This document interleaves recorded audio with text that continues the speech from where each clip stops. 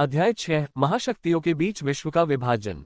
अपनी पुस्तक यूरोपीय उपनिवेशों का क्षेत्रीय विकास में भूगोलवेत्ताएं सुपन ने 19वीं सदी के अंत में इस विकास का निम्नलिखित संक्षिप्त सारांश दिया है। इस अवधि की विशेषता वे निष्कर्ष निकालते हैं, इसलिए अफ्रीका और पोलिनेशिया का विभाजन है, चूंकि कोई भी खाली क्षेत्र नहीं है, यानी ऐसे क्षेत्र जो एशिया और अमेरिका के किसी भी राज्य से संबंधित नहीं है।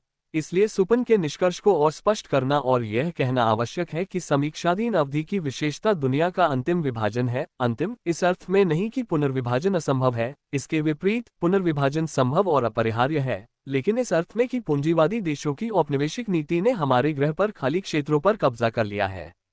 पहली बार दुनिया पूरी तरह से विभाजित हो गई है ताकि भविष्य में केवल पुनर्विभाजन ही संभव हो, यानी क्षेत्र केवल एक मालिक से दूसरे के पास जा सकते हैं, बजाय इसके कि वे मालिक के पास मालिकहीन क्षेत्र के रूप में जाएं।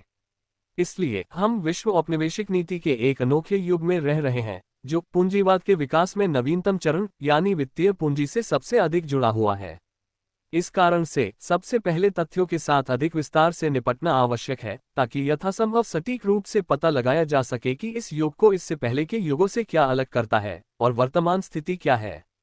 सबसे पहले यहाँ तथ्य के दो प्रश्न उठते हैं। क्या औपनिवेशिक नीति की तीव्रता उपनिवेशों के लिए संघर्ष का तीखापन ठीक वित्तीय पूंजी के युग में देखा गया है?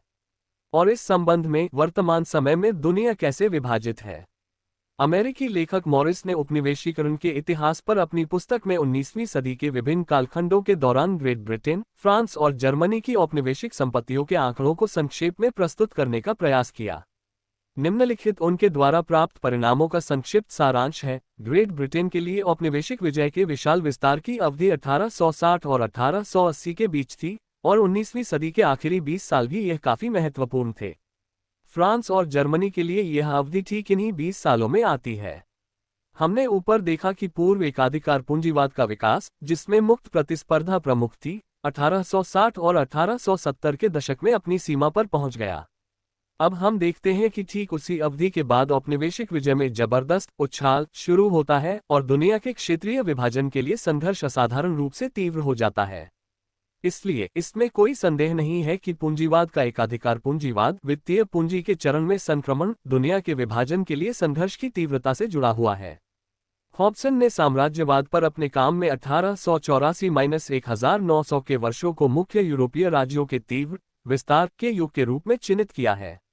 उनके अनुमान के अनुसार इन वर्षों के दौरान ग्रेट ब्रिटेन ने 57,000 निवासियों के साथ 3,700 वर्ग मील क्षेत्र हासिल किया। फ्रांस ने 3,600 वर्ग मील के साथ 36,500, जर्मनी ने 1,000 वर्ग मील के साथ 14,700, बेल्जियम ने 900 वर्ग मील के साथ 30,000, पुर्तगाल ने 800 वर्ग मील के साथ 9,000 निवासियों का अधिग्रहण किया।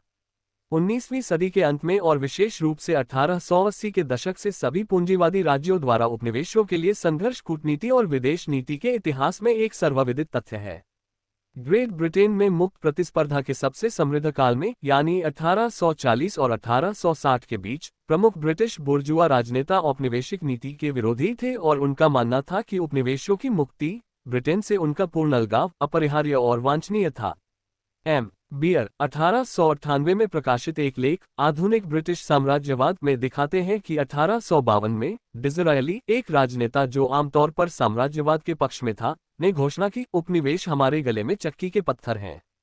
लेकिन 19वीं सदी के अंत में उस समय के ब्रिटिश नायक सेसिल रोड्स और जोसेफ चेम्बरलेन थे, जिन्होंने खुले तौर पर साम्राज्यवाद की वकालत की और साम्राज्यवादी नीति को सबसे निंदनीय तरीके से लागू किया। ये देखना दिलचस्प है कि तब भी इन अग्रणी ब्रिटिश बुर्जुआ राजनेताओं ने आधुनिक साम्राज्यवाद की विशुद्ध आर्थिक और सामाजिक राजनीतिक जड़ों के बीच संबंध देखा था।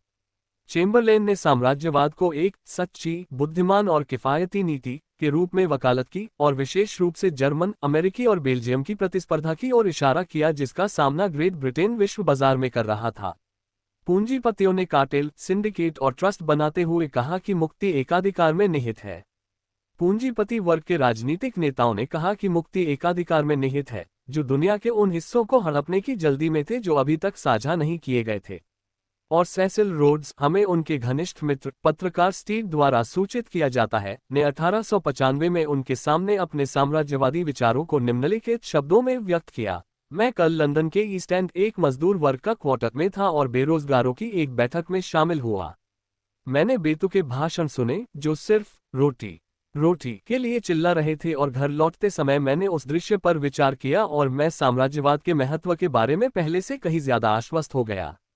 मेरा पोषित विचार सामाजिक समस्या का समाधान है, यानी यूनाइटेड किंगडम के 40,000 निवासियों को एक खूनी गृहयुद्ध से बचाने के लिए हम औपनिवेशिक राजनेताओं को अधिशेष आबादी को बसाने के लिए नई जमीनें हासिल करनी चाहिए, ताकि कारखानों और खदानों में उत्पादित वस्तुओं के लिए नए बाजार उपलब्ध कराए जा सकें। साम्राज्य, जैसा कि मैंने हमेशा कहा है, एक रोजी रोटी का सवाल है। यदि आप गृहयुद्ध से बचना चाहते हैं तो आपको साम्राज्यवादी बनना होगा। ये बात 1895 में सेसिल रोड्स ने कही थी, जो करोड़पति वित्त के राजा थे, वह व्यक्ति जो एंग्लो बॉय युद्ध के लिए मुख्य रूप से जिम्मेदार थे। सच है, साम्राज्यवाद का उनका बचाव भद्दा और निंदनीय है, लेकिन सार रूप में यह मैसेज मैस्लो, सुडेकम, पोट्रासो, डेविड, रूसी मार्क्सवाद के संस्थापक और अन्य लोगों द्वारा वकालत किए गए सिद्धांत से अलग नहीं है। सेसिल रोड्स कुछ हद तक अधिक ईमानदार सामाजिक अंधराष्ट्रवादी थे।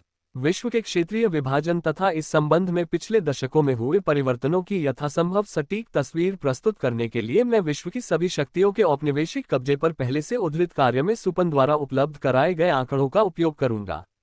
सुपन ने वर्ष 1876 और 1900 को लिया है। मैं वर्ष 1876 लूंगा। एक बहुत ही उपयुक्त वर्ष चुना गया, क्योंकि यह ठीक उसी समय तक कहा जा सकता है कि पश्चिमी यूरोपीय पूंजीवाद के विकास का पूर्व एकाधिकार चरण मुख्य रूप से पूरा हो चुका था, और वर्ष 1914 और सुपन के आंकड़ों के बजाय मैं ह्यूबनेर की भौगोलिक और सांख्यिकीय तालिकाओं के अधिक हाल के आंकड़ों को उद्धृत करूंगा। सुपन केवल उपनिवेशों के आंकड़े देते हैं। मैं समझता हूं कि विश्व के विभाजन की संपूर्ण तस्वीर प्रस्तुत करने के लिए गैर औपनिवेशिक और अर्ध औपनिवेशिक देशों पर संक्षिप्त डेटा जोड़ना उपयोगी होगा, जिसमें मैं फारस, चीन और तुर्की को भी रखता हूं। इनमें से पहला देश पहले से ही लगभग पूरी तरह से उपनिवेश है, दूसरा और तीसरा भी उपनिवेश बन रहे हैं। इस प्रकार हमें निम्नलिखित परिणाम प्राप्त होता है। इन आंकड़ों से हम साफ तौर पर देख सकते हैं कि 20वीं सदी के अंत में दुनिया का विभाजन कितना पूर्ण था। 1876 के बाद औपनिवेशिक संपत्ति का आकार बहुत बड़ा हो गया, 50% से भी अधिक। 6 सबसे बड़ी शक्तियों के लिए 40,000 से 65,000 वर्ग किलोमीटर तक, ये वृद्धि 25,000 वर्ग किलोमीटर तक पहुंच गई, जो महानगरीय देशों के क्षेत्र 16,500 वर्ग किलोमीटर से 50% अधिक है। 1876 में 3 शक्तियों के पास कोई उपनिवेश नहीं था, और चौथी, फ्रांस के पास शायद ही कोई था। 1914 तक इन 4 शक्तियों ने 14,100 वर्ग किलोमीटर के क्षेत्र वाले उपनिवेश हासिल कर लिए थे, यानी यूरोप के क्षेत्रफल का लगभग आधा, और लगभग 100,000 की आबादी। औपनिवेशिक संपत्तियों के विस्तार की दर में असमानता बहुत अधिक है।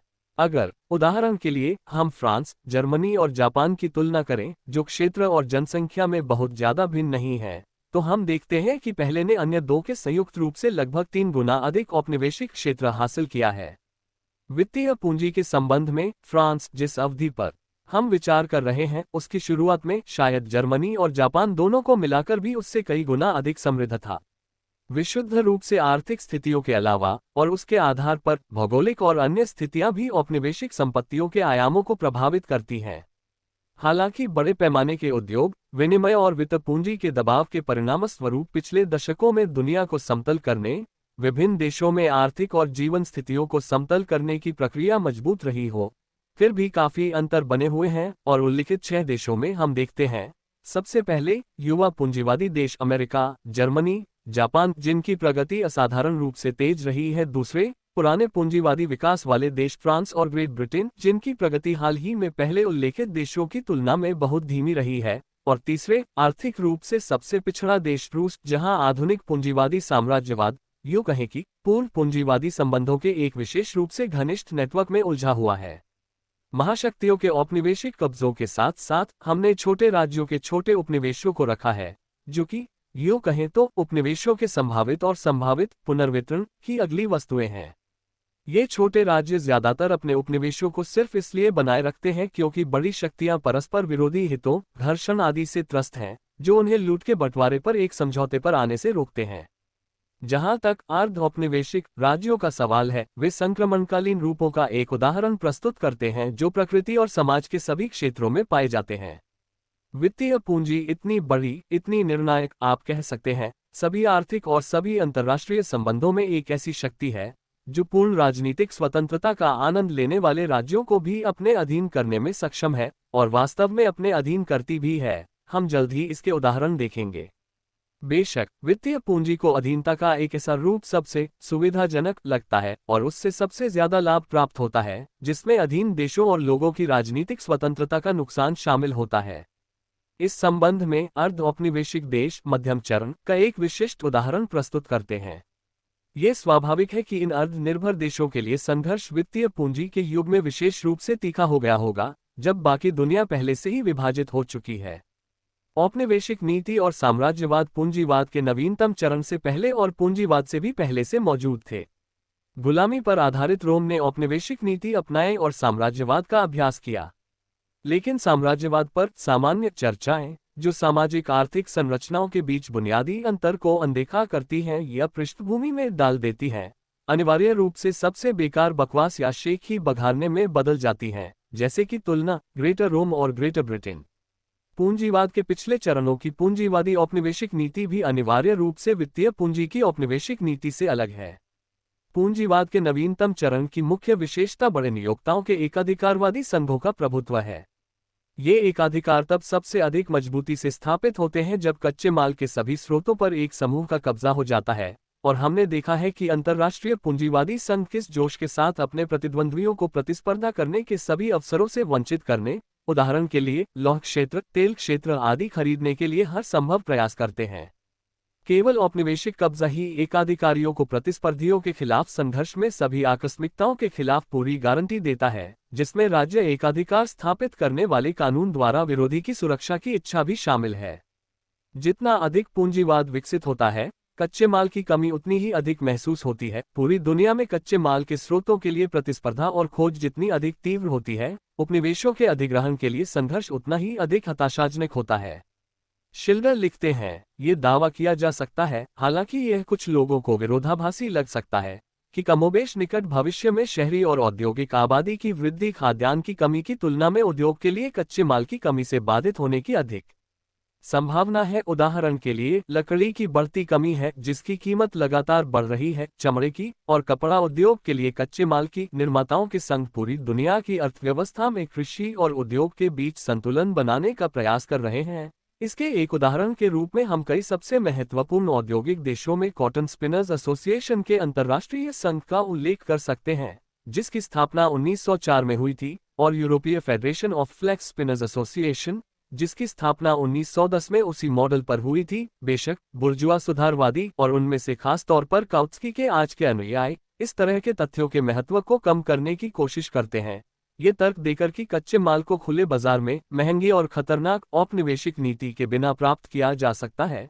और यह कि कच्चे माल की आपूर्ति केवल सामान्य रूप से कृषि की स्थितियों में सुधार करके बहुत अधिक बढ़ाई जा सकती है। लेकिन ऐसे तर्क साम्राज्यवाद के लिए एक माफी बन जाते हैं, इसे चमकीले रंगों में रंगने का प्रयास करते हैं, क्योंकि वे पूंजीवाद के नवीनतम चरण की प्रमुख विशेषता को अनदेखा करते हैं। एकाधिकार मुक्त बाजार अधिक से अधिक अतीत की बात बनता जा रहा है। एकाधिकारवादी सिंडिकेट और ट्रस्ट हर गुजरते दिन के साथ इसे प्रतिबंधित कर रहे हैं, और केवल कृषि में स्थितियों में सुधार का मतलब है जनता की स्थिति में सुधार, मजदूरी बढ़ाना और मुनाफे को कम करना। भावुक सुधारवादियों की कल्पना को छोड़कर क्या कोई ट्रस्ट है जो उपनिवेशों की विजय के बजाय जनता की स्थिति के बारे में चिंता करने में सक्षम है?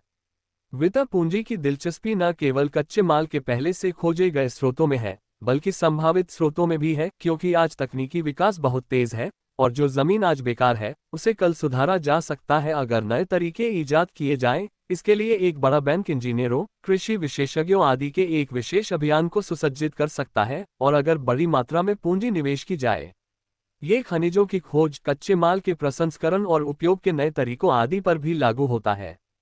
इसलिए अपने प्रभाव के क्षेत्रों और यहां तक कि अपने वास्तविक क्षेत्र को बढ़ाने के लिए वित्त पूंजी का अपरिहार्य प्रयास जिस तरह से ट्रस्ट अपनी संपत्ति को उसके मूल्य से 2 या 3 गुना अधिक मूल्य पर पूंजीकृत करते हैं, उसके संभावित और वास्तविक नहीं मुनाफे और एकाधिकार के आगे के परिणामों को ध्यान में रखते हुए, उसी तरह आमतौर पर वित्त पूंजी सभी जगहों पर और हर तरह से कच्चे माल के संभावित स्रोतों को ध्यान में रखते हुए और स्वतंत्र क्षेत्र के अंतिम अवशेषों के लिए या पहले से विभाजित क्षेत्रों के पुनर्विभाजन के लिए भीषण संघर्ष में पीछे छूट जाने के डर से हर तरह की जमीन पर कब्जा करने का प्रयास करती है। ब्रिटिश पूंजीपति अपने उपनिवेश मिस्र में कपास की खेती को विकसित करने के लिए हर संभव प्रयास कर रहे हैं। 1904 में खेती के अधीन 2300,000 हेक्टेयर भूमि में से 600,000 या 1/4 से अधिक कपास के अधीन थी। रूसी अपने उपनिवेश तुर्किस्तान में भी ऐसा ही कर रहे हैं, क्योंकि इस तरह वे अपने विदेशी प्रतिद्वंद्वियों को हराने, कच्चे माल के स्रोतों पर एकाधिकार करने और अधिक किफायती और लाभदायक कपड़ा ट्रस्ट बनाने की बेहतर स्थिति में होंगे, जिसमें कपास उत्पादन और विनिर्माण की सभी प्रक्रियाएं संयुक्त होंगी और मालिकों के एक समूह के हाथों में केंद्रित होंगी। पूंजी के निर्यात में अपनाए जाने वाले हित भी उपनिवेशों की विजय को बढ़ावा देते हैं, क्योंकि औपनिवेशिक बाजार में प्रतिस्पर्धा को खत्म करने, आपूर्ति सुनिश्चित करने, आवश्यक संबंध हासिल करने आदि के लिए एकाधिकार तरीकों को अपनाना आसान होता है और कभी कभी वे ही एकमात्र तरीके होते हैं जिन्हें अपनाया जा सकता है। वित्तीय पूंजी उसकी राजनीति और उसकी विचारधारा के आधार पर जो गैर आर्थिक अधिरचना विकसित होती है, वह औपनिवेशिक विजय के लिए प्रयास को प्रेरित करती है। वित्तीय पूंजी स्वतंत्रता नहीं चाहती, वह प्रभुत्व चाहती है, जैसा कि हिल्फिडिन ने बहुत सही कहा है। और एक फ्रांसीसी बुर्जुआ लेखक ऊपर उद्धृत सेसिल रोड्स के विचारों को विकसित और पूरक करते हुए लिखता है कि आधुनिक औपनिवेशिक नीति के आर्थिक कारणों में सामाजिक कारणों को भी जोड़ा जाना चाहिए। जीवन की बढ़ती जटिलताओं और कठिनाइयों के कारण जो न केवल श्रमिकों के जनसमूह पर बल्कि मध्यम वर्ग पर भी भारी पड़ रही हैं, पुरानी सभ्यता के सभी देशों में अधीरता, चिड़चिड़ापन और घृणा जमा हो रही है और सार्वजनिक व्यवस्था के लिए खतरा बन रही है। निश्चित वर्ग चैनल से बाहर फेंकी जा रही ऊर्जा को विदेश में नियोजित किया जाना चाहिए ताकि घर पर विस्फोट को रोका जा सके। चूंकि हम पूंजीवादी साम्राज्यवाद के युग में औपनिवेशिक नीति की बात कर रहे हैं, इसलिए ये ध्यान रखना चाहिए कि वित्तीय पूंजी और इसकी विदेश नीति, जो दुनिया के आर्थिक और राजनीतिक विभाजन के लिए महाशक्तियों का संघर्ष है, राज्य निर्भरता के कई संक्रमणकालीन रूपों को जन्म देती है। न केवल 2 मुख्य समूह देश हैं, उपनिवेशों के मालिक और खुद उपनिवेश, बल्कि आश्रित देशों के विविध रूप भी हैं जो राजनीतिक रूप से औपचारिक रूप से स्वतंत्र हैं, लेकिन वास्तव में वित्तीय और कूटनीतिक निर्भरता के जाल में उलझे हुए हैं, जो इस युग की खासियत है। हम पहले ही निर्भरता के एक रूप का उल्लेख कर चुके हैं, अर्धउपनिवेश। दूसरे का एक उदाहरण अर्जेंटीना द्वारा दिया गया है। ब्रिटिश साम्राज्यवाद पर अपने काम में शुल्स गैवनेट्स लिखते हैं, दक्षिण अमेरिका और विशेष रूप से अर्जेंटीना लंदन पर आर्थिक रूप से इतना निर्भर है कि इसे लगभग ब्रिटिश वाणिज्यिक उपनिवेश के रूप में वर्णित किया जाना चाहिए। ब्यूनस आयर्स में ऑस्ट्रो हंगेरियन वाणिज्य दूत की 1909 की रिपोर्टों के आधार पर शिल्डर ने अर्जेंटीना में निवेश की गई ब्रिटिश पूंजी की मात्रा का अनुमान 8.75 बिलियन फ्रैंक लगाया। ये कल्पना करना मुश्किल नहीं है कि ब्रिटिश वित्त पूंजी और इसकी वफादार मित्र कूटनीति इस तरह अर्जेंटीना के पूंजीपति वर्ग के साथ उस देश के पूरे आर्थिक और राजनीतिक जीवन को नियंत्रित करने वाले हलकों के साथ कितने मजबूत संबंध बनाती है। पुर्तगाल द्वारा राजनीतिक स्वतंत्रता के साथ साथ वित्तीय और कूटनीतिक निर्भरता का कुछ अलग रूप प्रस्तुत किया गया है। पुर्तगाल एक स्वतंत्र संप्रभु राज्य है, लेकिन वास्तव में 200 से अधिक वर्षों से स्पेनिश उत्तराधिकार के युद्ध 1701-14 के बाद से यह एक ब्रिटिश संरक्षित राज्य रहा है। ग्रेट ब्रिटेन ने अपने प्रतिद्वंद्वियों स्पेन और फ्रांस के खिलाफ लड़ाई में अपनी स्थिति को मजबूत करने के लिए पुर्तगाल और उसके उपनिवेशों की रक्षा की है। बदले में ग्रेट ब्रिटेन को वाणिज्यिक विशेषाधिकार, पुर्तगाल और पुर्तगाली उपनिवेशों में माल और विशेष रूप से पूंजी आयात करने के लिए तरजीही शर्तें, पुर्तगाल के बंदरगाहों और द्वीपों, उसके टेलीग्राफ केबल आदि का उपयोग करने का अधिकार मिला है।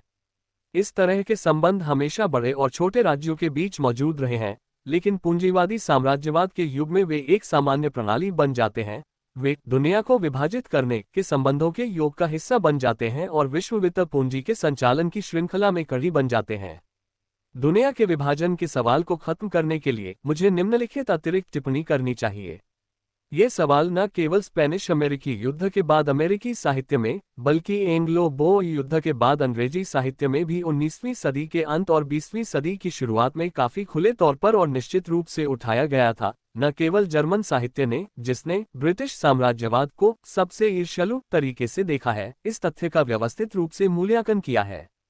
ये सवाल फ्रांसीसी बुर्जुआ साहित्य में भी उतने ही स्पष्ट और व्यापक रूप से उठाया गया है जितना कि बुर्जुआ दृष्टिकोण से सोचा जा सकता है।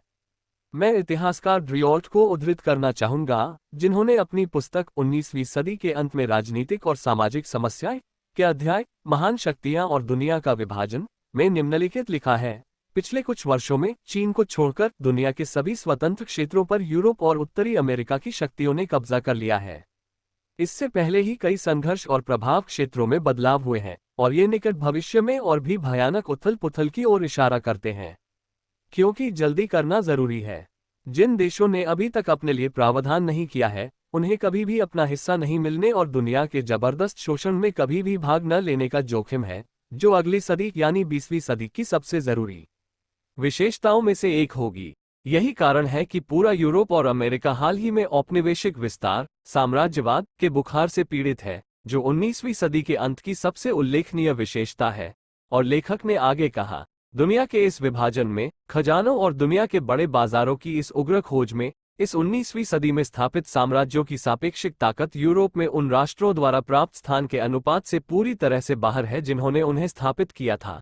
यूरोप में प्रमुख शक्तियां, उसके भाग्य के निर्णायक, पूरी दुनिया में समान रूप से प्रबल नहीं है और औपनिवेशिक शक्ति के रूप में अभी तक अनिर्धारित धन को नियंत्रित करने की आशा स्पष्ट रूप से यूरोपीय शक्तियों की सापेक्षिक ताकत पर प्रतिक्रिया करेगी। औपनिवेशिक प्रश्न, साम्राज्यवाद, यदि आप चाहें, जिसने पहले से ही यूरोप की राजनीतिक स्थितियों को संशोधित किया है, उन्हें और अधिक संशोधित करेगा।